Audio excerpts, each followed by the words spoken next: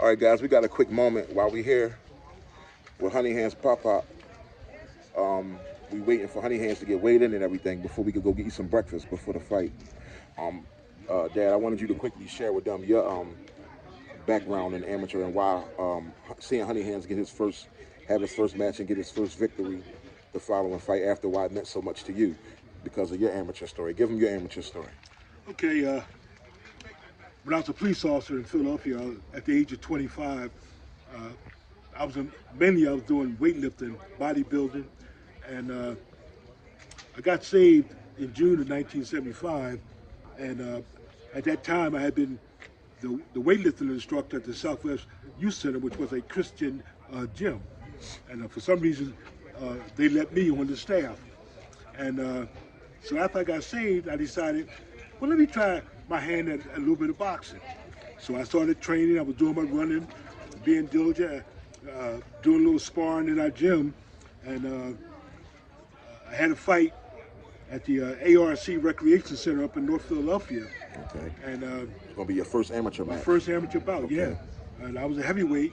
At the time, I was weighing about 195, 196, something like that. Okay. And so we went up.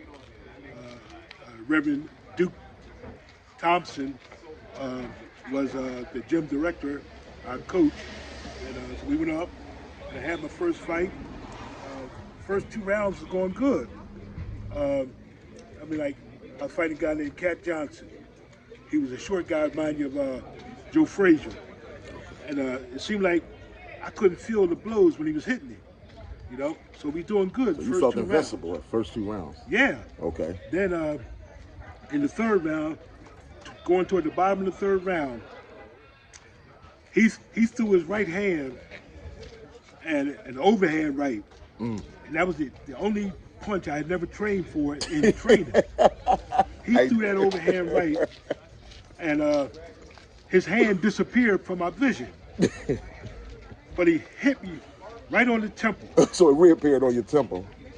My hands dropped to my sides immediately. All right. And the ref jumped in and called the fight off. And as Ronald would say, you forgot the duck, huh? I forgot the duck. Yes, Yeah. Ronald Holmes said you forgot the duck. My dad forgot the duck. So that was the end of my my boxing career. I decided to stick with what I know, the weightlifting So, and the bodybuilding. so that was your first and last amateur match. That's my first and last. But you was a late bloomer. I mean, you said you was Yeah, 28 years old. Yeah, 25, 28 years, whatever. So Honey Hands is kind of like redeeming your legacy. My older brother, when I was a kid, talking about 6, 7 years old, he used to train at the 39th Street Police District, 16th District in West Philadelphia. And I remember him going to the gym. I never saw him fight, but I saw him going to the gym. I guess that was in me.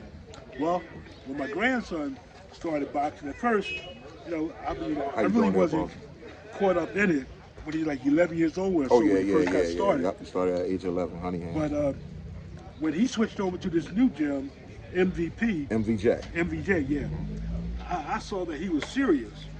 And I started going and watching him spar, and I saw this boy got it.